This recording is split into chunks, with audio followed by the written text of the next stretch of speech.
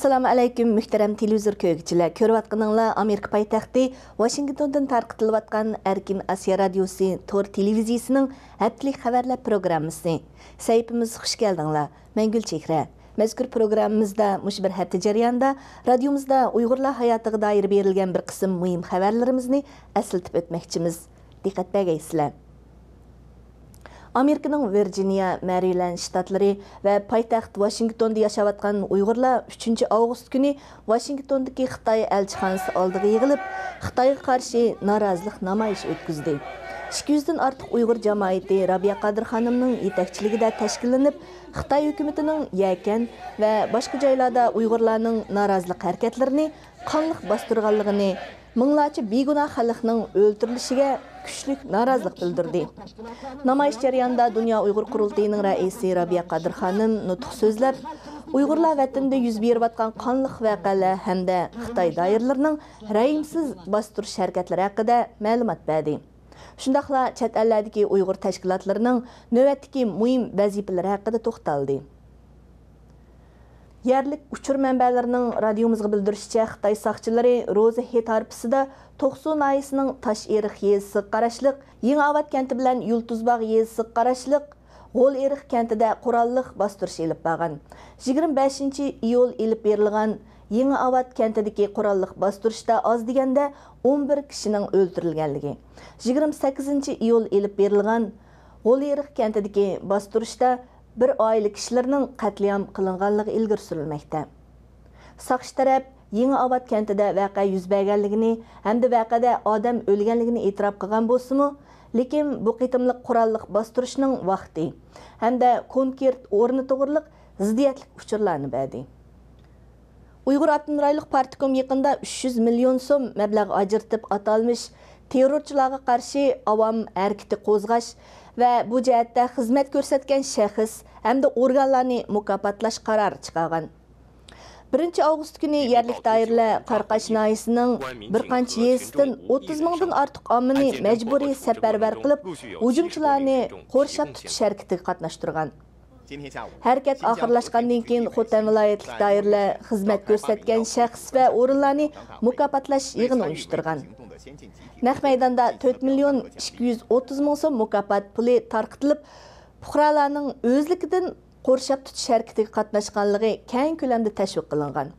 Halbuki radiomizning naq maydondan egalchiga qaraganda Qarqash xalqi 2 oygacha mazkur hujumchilarni o'z qo'yinda saqlaganligi.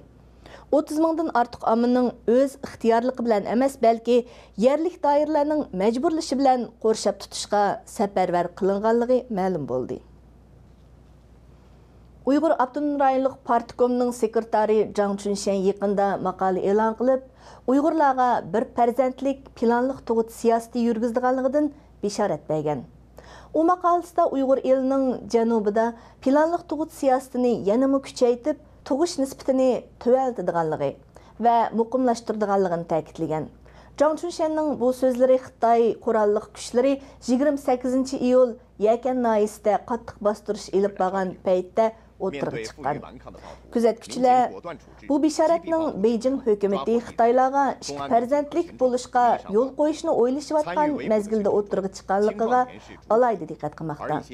Xalqaro taratqularmi Zhang Chunshanning bu so'zlari Xitoy hukumatining Uyg'urlarga qaratgan planliq tug'ut siyosatida o'zgarish bo'lganligining beshorati deb qaramoqda.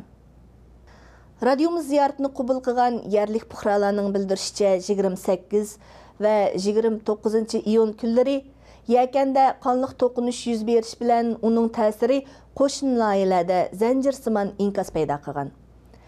Yakanga qo'shni Qog'iliq noyisidimi 30 ve 31 iyul kunlari to'qinish yuz berganligi ma'lum. Xitoy hukumati e'lon qilgan son mazkur voqeada o'lganlarning noyitimi oz bir qismi bo'lib, turli manbalar Xitoy harbiy qismlari tarafidan Yakan yezisida etib o'ldirilgan Uyg'urlarning intayin ko'pligini ilgari surmoqda.